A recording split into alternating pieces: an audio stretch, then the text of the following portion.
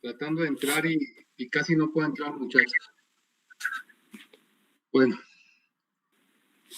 no sé si es problema de mi equipo o problema de la red, no sé.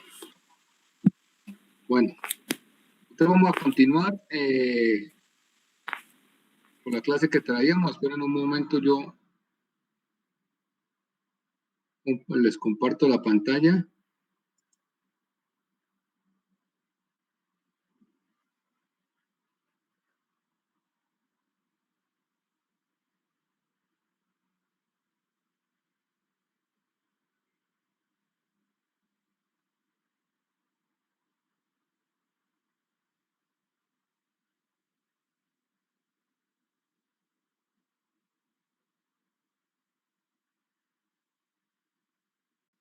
A ver.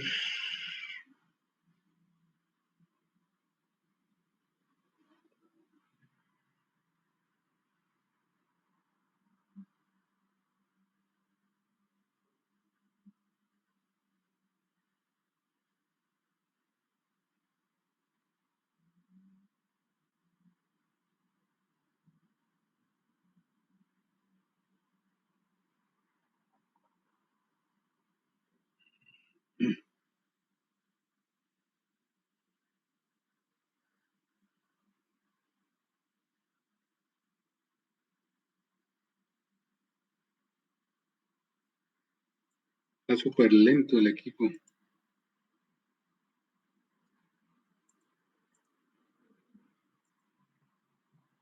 ¿Listo? ¿Están viendo la pantalla? No, profe, todavía no. Me avisan, a ver. ¿Ahí la ven o no? No, profe. ¿No la ven? Un segundo la vuelvo a cargar, a ver.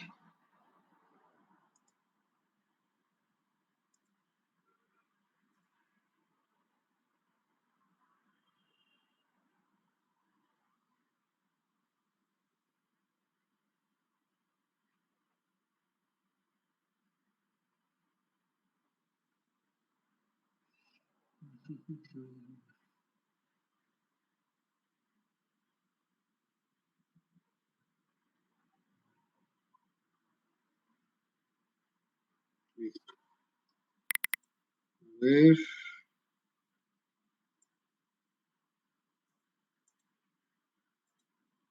¿Ahí la ven? Sí, profe. ¿Sí ve la pizarra? Bueno, arranquemos por fin. Santo Dios. Entonces, muchachos, en la primera clase, espérame un segundo. Colocar los audífonos para que oigan mejor.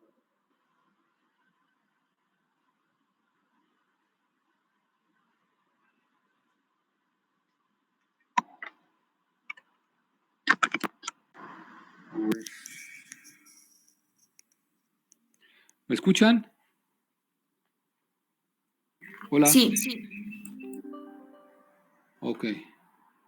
Bueno, entonces en la anterior clase habíamos visto, ¿cierto? Habíamos arrancado definiendo qué es un estatuto, ¿sí? ¿Qué es el estatuto de contratación? ¿Sí? De contratación. Y habíamos hablado de que era un estatuto que tiene unas características únicas, ¿cierto?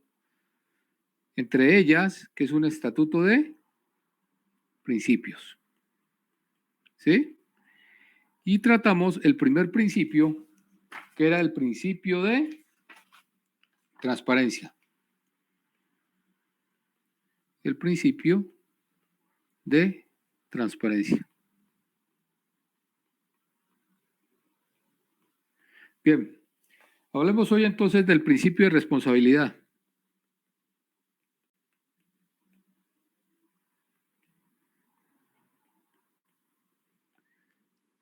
El principio de responsabilidad. ¿Por qué el estatuto tiene como principio un principio de responsabilidad? ¿Cierto? Porque los servidores públicos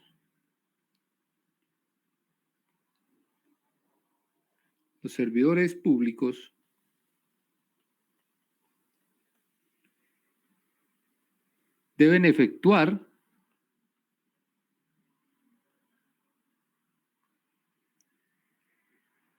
el cumplimiento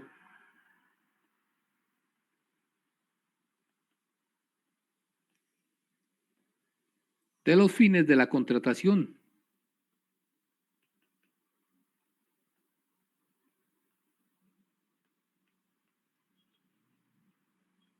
De los fines de la contratación. ¿Qué quiere decir esto, muchachos? Y proteger, ojo, bueno, de los fines de la contratación, ¿qué quiere decir esto? Que cuando ustedes estén ocupando un cargo de secretario de obras públicas, de jefe de planeación, o estén al frente de alguna parte que ejecute los contratos de la entidad estatal, gobernación, alcaldía, por ejemplo, instituciones mixtas que ya vamos a ver de qué consisten, pero que son gubernamentales porque poseen más del 50% de las acciones, ¿cierto? Ustedes están obligados a que se cumplan los contratos, ¿sí? Es decir, lo peor que uno puede hacer cuando está al frente de una institución de esas es relajarse, ¿no? Relajarse, no se dieron las cosas, no se pudo, tal, no. Ustedes tienen que hacer todo el esfuerzo porque el contrato se cumpla desde el punto de vista de la entidad estatal, ¿sí? Y para eso, ¿qué tienen que ser? Muy rápidos y muy expeditos. Es decir, proveer soluciones ante las solicitudes del contratista, ¿sí? Entonces, por ejemplo, que se están construyendo unas casas de interés social en un municipio de Nariño, en el que ustedes quieran, y que las casas estaban planeadas para tener techos soportados en vigas de madera, pero la madera no se consigue, o si se consigue está verde, por decir algo. Uno nunca puede montar una madera verde, ¿cierto? Porque se pandea. La madera tiene que estar completamente seca. ¿Qué hay que hacer? Buscar otra alternativa, ¿cierto? Buscar otra alternativa. Ante la solicitud del contratista, ustedes tienen que, como parte de la entidad contratante, ¿cierto? Contratante, tienen que buscarle alternativas. ¿Cuál sería una alternativa? Colocar vigas metálicas, por ejemplo, ¿cierto? Cualquier tipo de vigas metálicas en cercha, en C, en O, lo que ustedes quieran, pero tienen que velar por el cumplimiento de los fines de la contratación. Esa es una obligación que uno tiene cuando está representando una entidad estatal, ¿sí? La que ustedes quieran. Bueno, además de esto, ¿a qué se refiere el principio de responsabilidad? Que se debe proteger los derechos, que se debe proteger los derechos de la entidad, ¿sí? Es decir, ustedes tienen que proteger en primer lugar los recursos económicos y los bienes de la entidad, ¿no? Principalmente los recursos económicos, pero también los del contratista y de los terceros que pueden verse afectados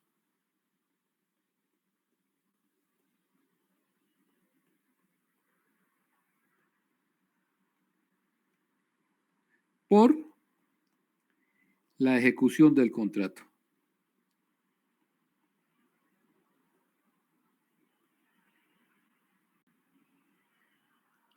Entonces, una obra civil no tiene por qué causarle daños a nadie. Y esa es responsabilidad de ustedes como representantes de la entidad estatal, de ustedes y del contratista, ¿cierto? Lógicamente el que comete el error pues tiene que asumirlo, pero ustedes como entidad estatal tienen que procurar de que nadie sufra afectaciones. ¿Ustedes ya vieron conmigo técnicas de construcción 1? No, profe, todavía no. Bueno, cuando la veamos allá, se van a dar cuenta de que hay unas cosas que hay que tener cuando uno va a construir edificaciones, ¿no? ¿Por qué les pregunto eso? Porque, por ejemplo, puede suceder que, vamos a poner un ejemplo de afectación a terceros. La entidad necesita construir su nueva sede municipal, donde va a quedar la alcaldía. Y van a hacer un edificio de tantos pisos, digámoslo así. Para hacer ese edificio se necesita hacer una excavación, ¿sí? Para hacer ese edificio se necesita hacer esa excavación. Ustedes, como entidad estatal, solo pueden autorizar la realización de esa excavación siempre y cuando la excavación no vaya a desestabilizar ninguna construcción aledaña a donde va a quedar el nuevo edificio. ¿Ahí qué están haciendo? Protegiendo, ¿cierto? Los patrimonios de terceras partes, porque eso es responsabilidad de ustedes. Si ustedes autorizan la excavación sin tener un estudio de suelos, que el estudio de suelos les dice qué tipo de suelo es el que hay ahí, cómo se pueden ver afectadas las estructuras de al lado, inclusive uno muchas veces entra y pide planos de estructuras de al lado, los pide prestados para ver qué tipo de estructura es, si es en mampostería estructural o si es un sistema porticado, ¿cierto? ¿Qué cargas tiene? Todo eso lo analiza uno antes para evitarse problemas, porque en el momento en que se haga la excavación y hayan asentamientos diferenciales en un edificio al lado, el que tiene que responder es la entidad estatal, la alcaldía. ¿Sí? Y como ustedes son los representantes, pues ustedes no pueden permitir eso. Entonces, todas este tipo de cosas hay que tenerlas en cuenta. Ese es el principio de responsabilidad, ¿cierto? Los fines del contrato se tienen que ejecutar y ejecutar de manera pronta, lo más rápido posible, ¿cierto? Y se deben proteger los derechos de la entidad estatal, entre ellos, lógicamente, los económicos, que no hayan sanciones, que no hayan multas para la entidad estatal. Del contratista, claro, nadie tiene que prever que le va a hacer daño al contratista, no. Yo siempre en este curso les digo que entre el interventor y el contratista, lo que tiene que haber es una muy buena relación para que los dos aporten para que la obra civil salga adelante, ¿cierto? Eso de que el interventor está ahí para fregarle la vida al contratista, eso no es así, muchachos. El interventor sí tiene entre sus obligaciones que hacer cumplir tanto las normas técnicas, ¿cierto? Como las especificaciones técnicas. Eso sí es de ahí. Pero están es para colaborarse más que para el uno molestar al otro, pues. La idea es que la obra quede con muy buena calidad y en el tiempo establecido. Y lógicamente hay que proteger a los terceros, con el ejemplo que les acabo de decir. La realización de una obra de la entidad pública no tiene por qué afectar a nadie. No tiene por qué afectar a nadie. Entonces ese es el principio de responsabilidad. Bien, para ello, ¿cierto? Entonces coloquémoslo aquí. Para ello,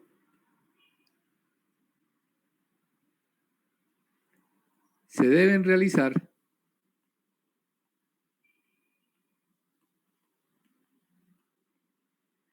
los estudios previos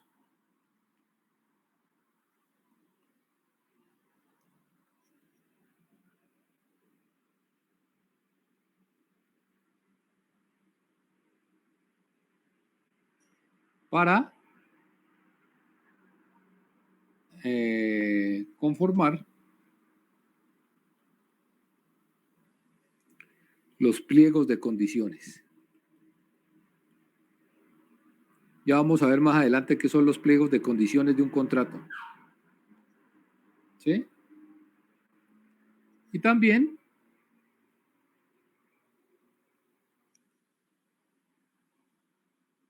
los parámetros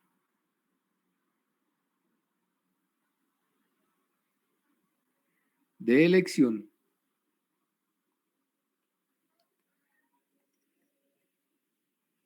del contratista.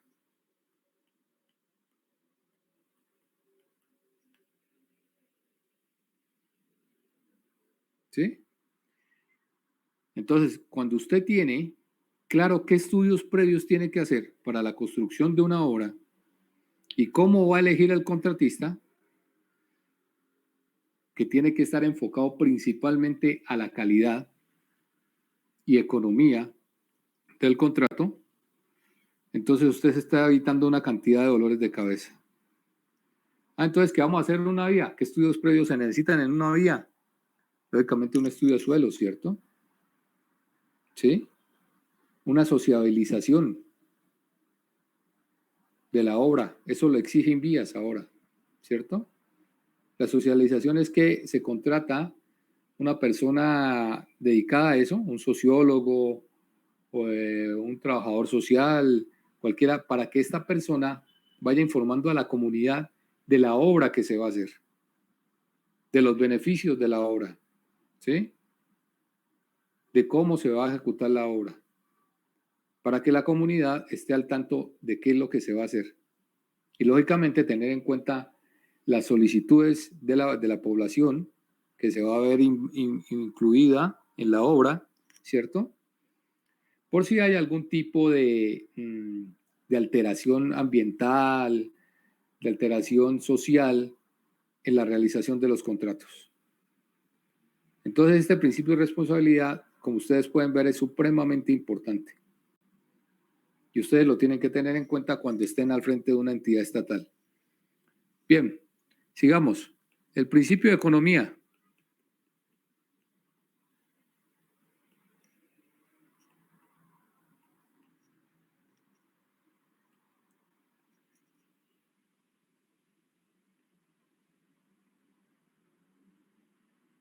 Corresponde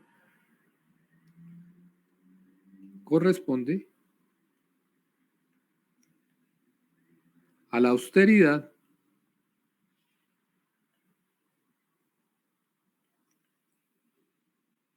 que se debe llevar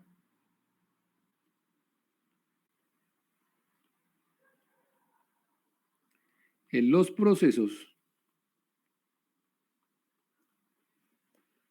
de contratación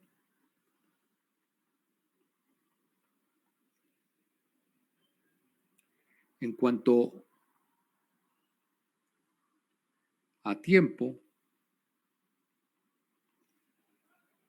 medios y el gasto.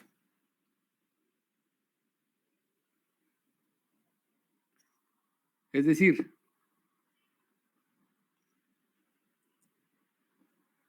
se debe realizar un estudio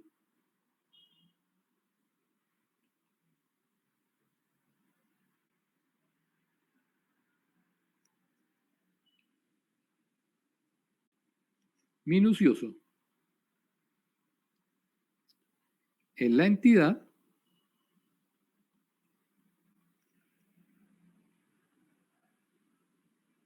para ver si se cuenta con los recursos económicos para llevar a cabo la obra.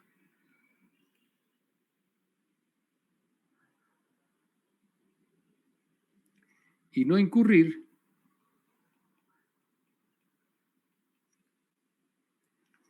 en sobregastos. Entonces, ¿qué hay que hacer, muchachos? Hay que hacer un estudio minucioso, ¿cierto? Y lo principal es ver que existe una palabra que llama disponibilidad presupuestal. Disponibilidad presupuestal para ejecutar la obra. Cuando ustedes son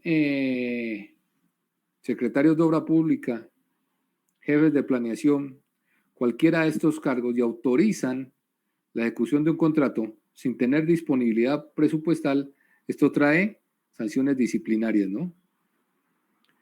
¿Por qué? Porque están violando el principio de economía. Están arrancando una obra sin un estudio previo. ¿Sí? ¿Y qué sobrecostos pueden venir? Pues hombre, si no tenía la cantidad de dinero bien planeada para ejecutar la obra, usted va a entrar en incumplimiento de pago. Y esos incumplimientos de pago, ¿qué le va a generar a la entidad estatal? Intereses, ¿cierto? Intereses. Intereses porque si no paga, le van a generar intereses. ¿Qué otra cosa le puede generar? Demandas, ¿sí? Multas, sanciones. Es que cuando uno contrata, muchachos, la regla es para ambas partes, ¿sí? Tanto el contratista como el contratante tienen sus deberes y derechos, que ya los vamos a ver. Entonces, si usted por ser la alcaldía no le paga al contratista, el contratista está en toda la autorización, ¿sí? Tiene toda la autoridad para demandar a la entidad estatal. Para demandarla y para demandarla con dolo, es decir, con daños que se le hayan provocado a él por el no pago de las obras ejecutadas.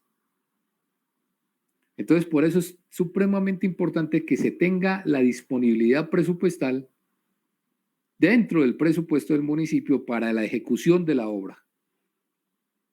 Para la ejecución de la obra. ¿Me están escuchando? Hola. Sí, profe. Listo. Entonces, ¿qué es lo que uno hace? Pues uno va y habla con el jefe de presupuesto, ¿cierto? Y primero que todo ve qué recursos hay, qué disponibilidad económica hay para la ejecución de la obra. Teniendo en cuenta que existen los recursos, y habiendo hablado con el jefe de presupuesto, y que existe una partida dedicada a ese tipo de obras de saneamiento ambiental, de construcción de vías, de infraestructura, de lo que ustedes quieran, ya contando con ese dinero, ahora sí se entra a planificar detalladamente lo que es la obra en sí. ¿Sí? Entonces ya se analiza qué estudios se deben realizar. ¿Sí? Por lo general, si es una edificación, pues estamos hablando de un estudio de suelos, de un diseño arquitectónico, de un diseño estructural, de un diseño eléctrico, ¿sí? De un diseño de aguas sanitarias y agua potable. Y todo tiene que estar perfectamente planeado para en el momento en que se saque la licitación, ¿sí? Los errores o los cambios sean los menores posibles. Sean los menores posibles. Y para que la obra desde el principio parta bien. No se puede arrancar una obra improvisando. Es mejor no arrancarla, muchachos. Y en esto sí quiero recomendarles que no se vayan a dejar influenciar por presiones. ¿Sí? Y yo se los digo por qué. Porque muchas veces los alcaldes, por cumplirle a diferentes partes, a una comunidad, a un sector de la comunidad, sacan las obras a la loca, quieren sacar las obras a la loca. Pero después ellos no asumen responsabilidades, sino que dicen que la persona técnica y la persona idónea en eso era el ingeniero. Entonces tengan cuidado con eso. ¿Listo? Tengan cuidado con eso. Bien, entonces, ¿Qué se debe tener en cuenta en este principio de economía? La prevalencia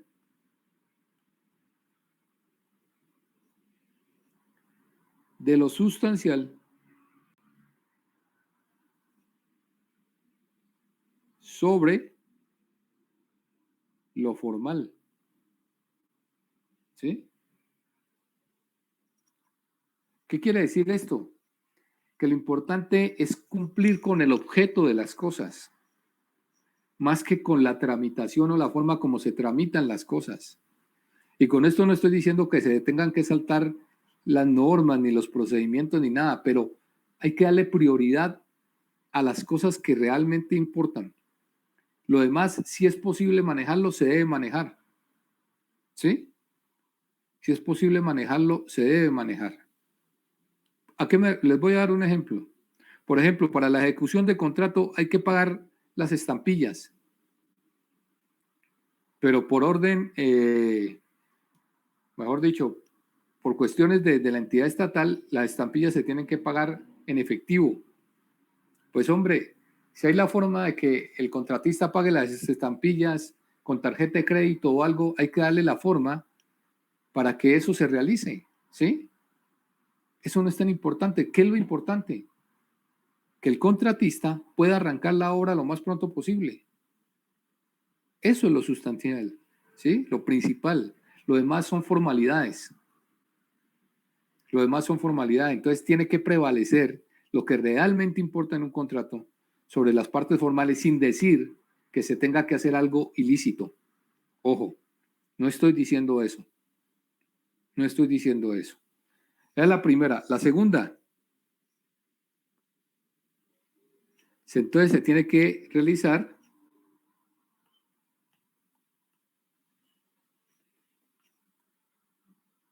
una real planificación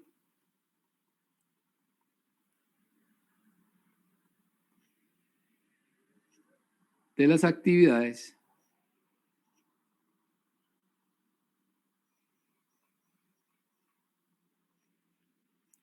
de la administración.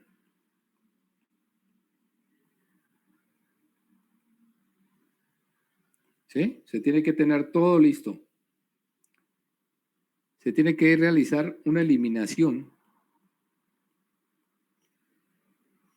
de trámites innecesarios.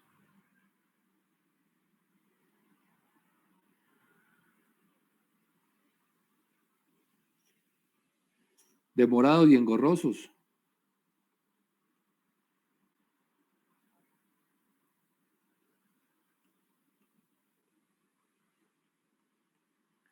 Demorados y engorrosos.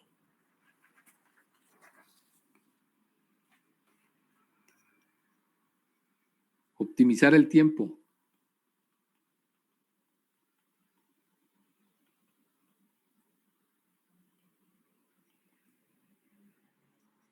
Y los recursos disponibles.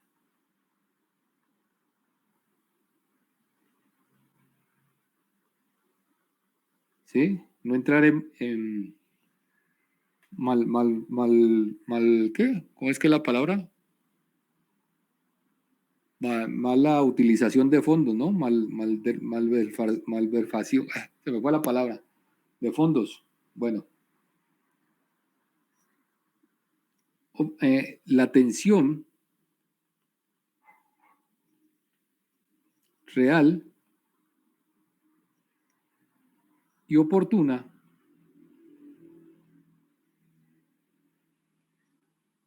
de las peticiones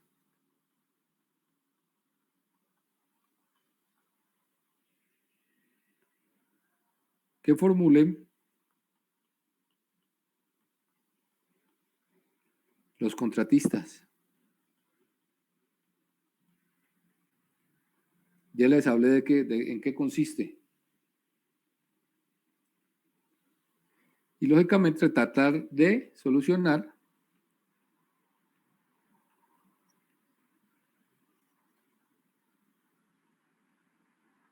las diferencias que se generen, ¿cierto?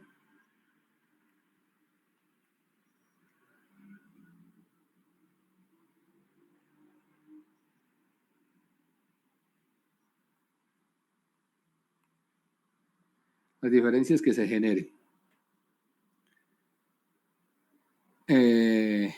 Eso es lo más importante. Bien, hablemos del principio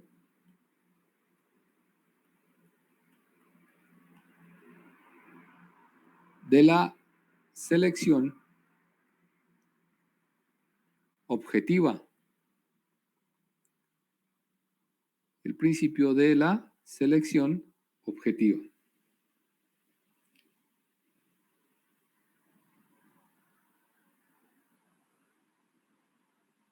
Entonces, se debe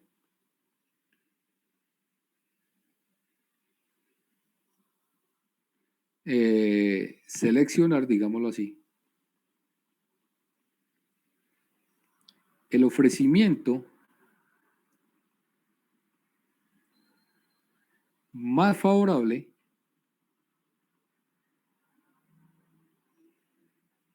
a la entidad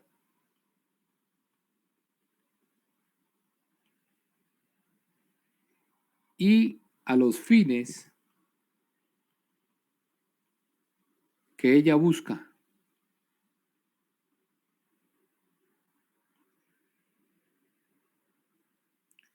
Ojo con esto, sin tener en consideración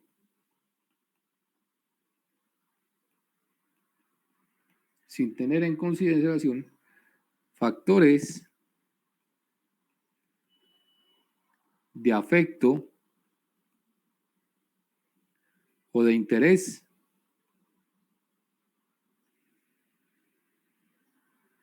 y en cualquier cualquier no. A ver. Y cualquier clase de motivación subjetiva. Y cualquier clase de motivación subjetiva. ¿Qué quiere decir esto? No se pueden manejar intereses dentro de la selección de un contratista, ¿no? De ningún tipo. De ningún tipo. Simplemente la mejor propuesta según las condiciones de elección. Así de simple. Vamos a ver más adelante que, por ejemplo, los familiares de la gente, de las personas que están al frente de las entidades estatales, están o son incompatibles, ¿no? Incompatibles con con el contratista, ¿ve? Con el contrato. Es decir, no pueden participar porque se teme que haya este tipo de problemas, ¿no? Que pueda afectar la selección objetiva del contratista. Entonces, si yo soy el alcalde del municipio X, lógicamente mi esposa, ni mis hijos, ni mis padres podrían participar en una licitación en la alcaldía, ¿sí? No lo pueden hacer. Ellos están inhabilitados para hacerlo, ¿sí? Están inhabilitados para hacerlo por ser familiares míos en primer grado de consanguinidad, ¿sí? Los hijos de mi esposa, si es que yo me he casado con alguien que tiene hijos, tampoco lo pueden hacer. Tampoco lo pueden hacer. Por estar en primer grado de relación civil, ¿cierto? Entonces, este tipo de cosas hay que tenerlas en cuenta. Ya vamos a ver más adelante ese tipo de cosas también. Bien, hablemos del principio de la buena fe. El principio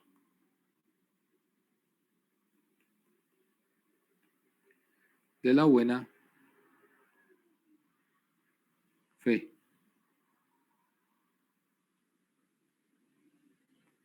¿A qué se refiere? Las actuaciones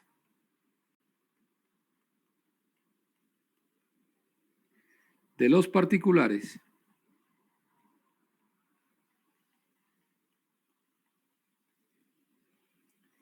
y autoridades públicas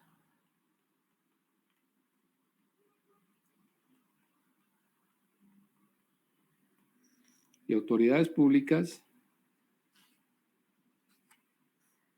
deberán ceñirse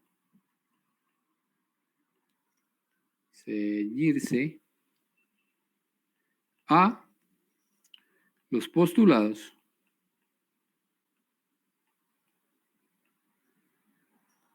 de la buena fe,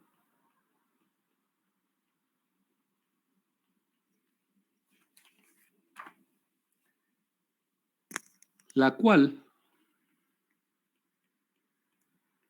presumirá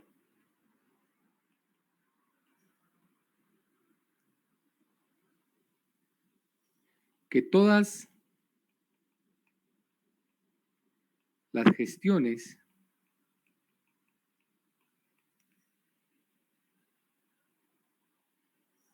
que aquellos adelanten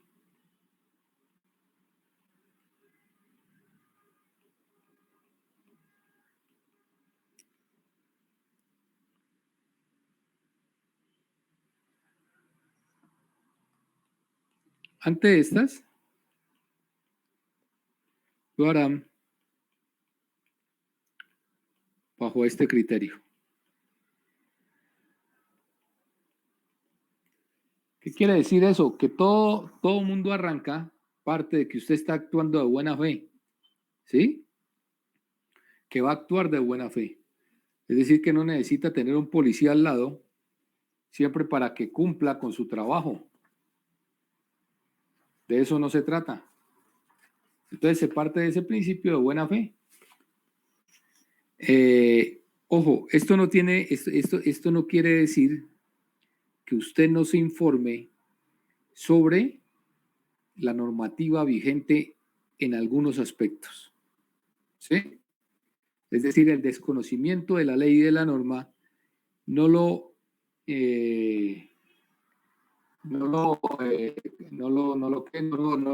dejan de responsabilizar de errores. ¿Qué quiero decir con esto? Usted no puede llegar a un contrato y llegar y hacer una actuación y decir que no, que era que usted no sabía que eso no se podía hacer. Eso no lo elimina de una investigación, ¿sí? Por eso cada que ustedes vayan a hacer algo, si no saben, pregunten. Si no saben, pregunten. Porque el principio de la buena fe no cubre eso, muchachos. El principio de la buena fe no cubre eso. Ahora, todo lo que vamos a ver aquí es dándoles una luz, una guía, ¿cierto? Pero lógicamente, ustedes no van a ser abogados, así como no lo soy yo. Entonces uno ante la duda, ¿qué hace? Se asesora. Se asesora. Lo que sí les va a servir todo lo que veamos aquí es para tener un gran panorama y una gran visión de lo que se debe y lo que no se debe hacer durante la contratación estatal. Bien.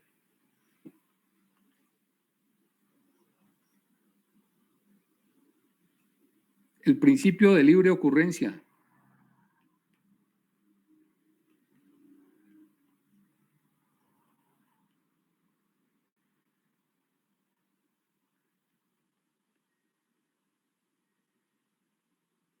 ¿Qué refiere a esto? Cualquier persona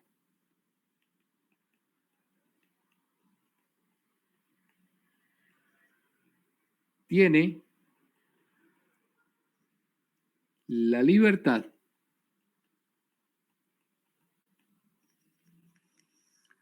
de participar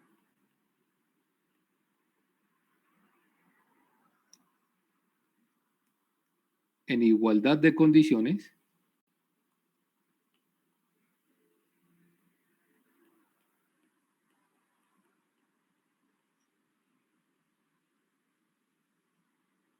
en una convocatoria pública.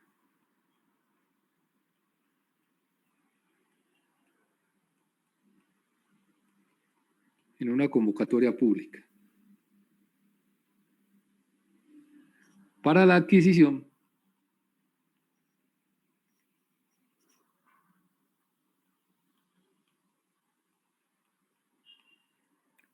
de bienes y servicios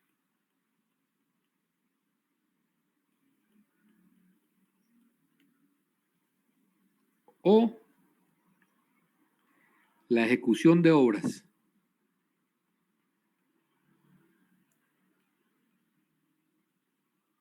Públicas. ¿Sí? Entonces, cualquier persona puede participar en un contrato estatal, lógicamente, ¿sí? Siempre y cuando cumpla con los requisitos exigidos para la realización del mismo. Es decir, es ilógico que le vayan a dar un contrato estatal a una persona que no tiene los conocimientos para realizarlo.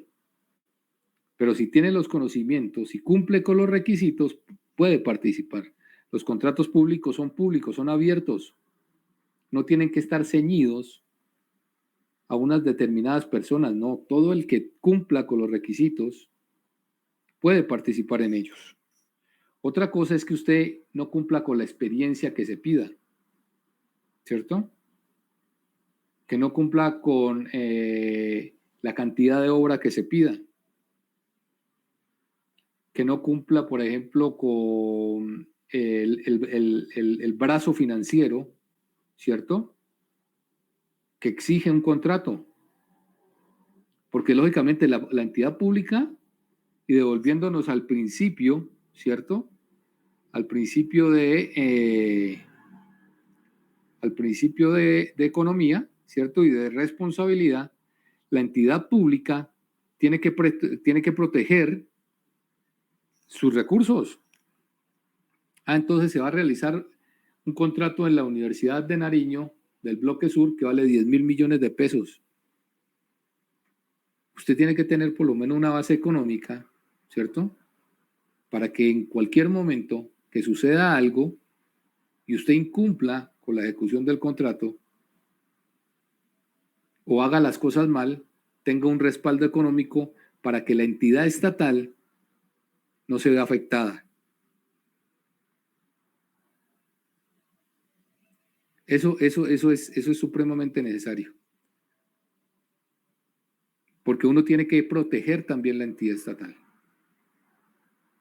¿Cierto? Ustedes cuando están de parte de la entidad estatal tienen que tratar de ver, lógicamente van a haber pólizas de obra, que ya las vamos a ver, ¿sí? Pero fuera de las pólizas tienen que tratar de garantizar por otro lado que la entidad estatal no se va a ver afectada. No se va a ver afectada. ¿Hasta ahí alguna pregunta?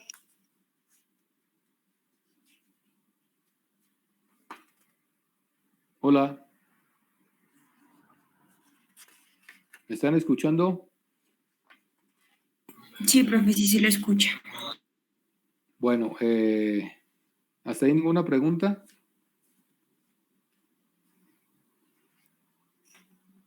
No, parece que no, profe.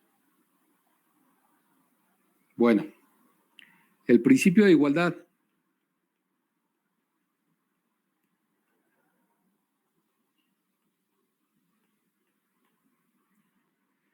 ¿En qué consiste el principio de igualdad? El Estado debe proveer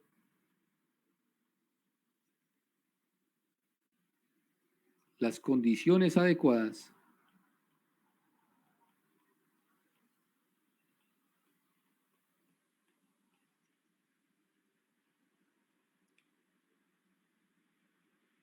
para que la igualdad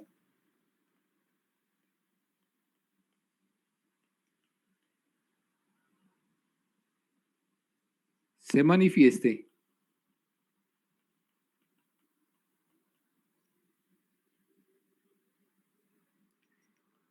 en el plano real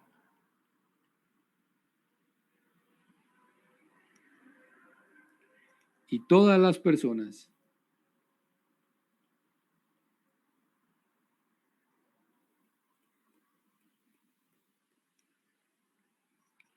puedan gozar de esta. ¿Qué quiere decir? Perdón, esta. ¿Qué quiere decir? Que los contratos, que las reglas, ¿cierto? Son para todos. Las reglas son para todos, muchachos. Y eso se aplica en todo lo que es estatal, incluida la universidad. Por eso a mí, cuando los estudiantes van y me dicen, profe, es que me fue mal, hágame un examencito de recuperación, a mí solamente, yo les digo que eso viola el principio de igualdad. Porque si se lo hago a uno, se lo tengo que hacer a todos. ¿Sí? A todos.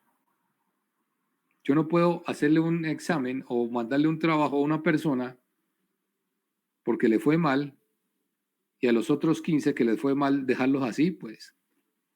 No, la ley es para todos, muchachos. La ley es para todos. Entonces, el principio de igualdad establece eso, ¿no? Que todas las personas tienen derecho a lo mismo. Dentro de un contrato de obra pública. Bien. Y por último está el principio de planeación.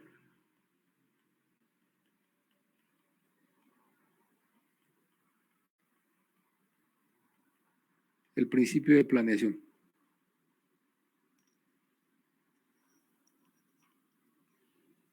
Que habla de que es necesario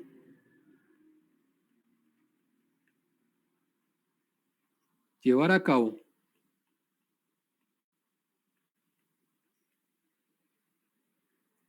una planeación previa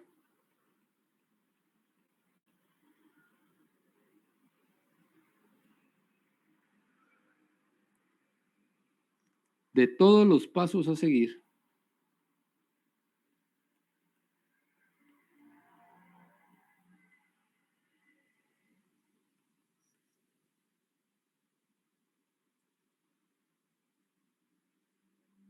durante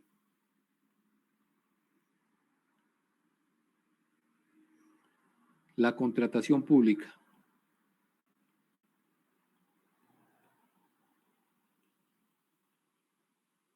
Es decir, no podemos improvisar.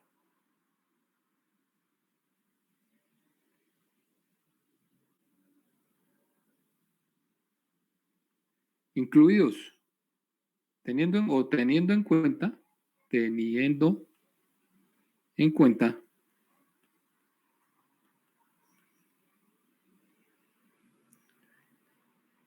las necesidades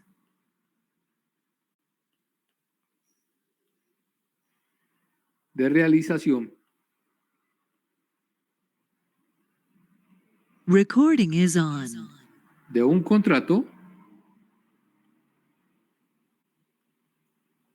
y los beneficios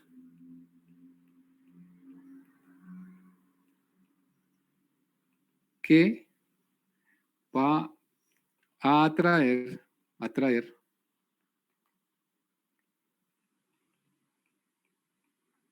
a la comunidad. ¿Listo? Ok. Bueno. Listo, muchachos. Entonces, estos son los principios que rige la contratación estatal, que es el primer punto de las características básicas del estatuto contractual, ¿no? Que es un estatuto de principios. Que es un estatuto de principios. Es decir, que se rige por todos estos principios, el de la igualdad, el de la economía, el de la responsabilidad, ¿sí? Todos los que hemos denotado aquí y que tienen que tener ustedes en cuenta tanto cuando estén contratando como cuando estén representando a la entidad estatal, ¿cierto? Es muy importante. ¿Tienen alguna pregunta?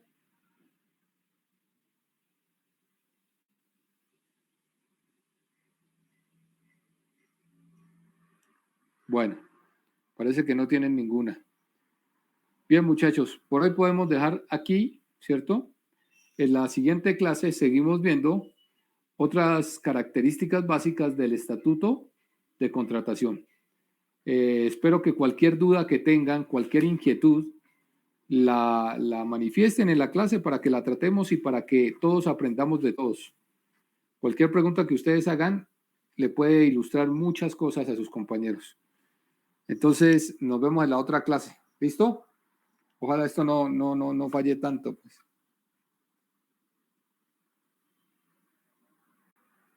Listo, profe, gracias.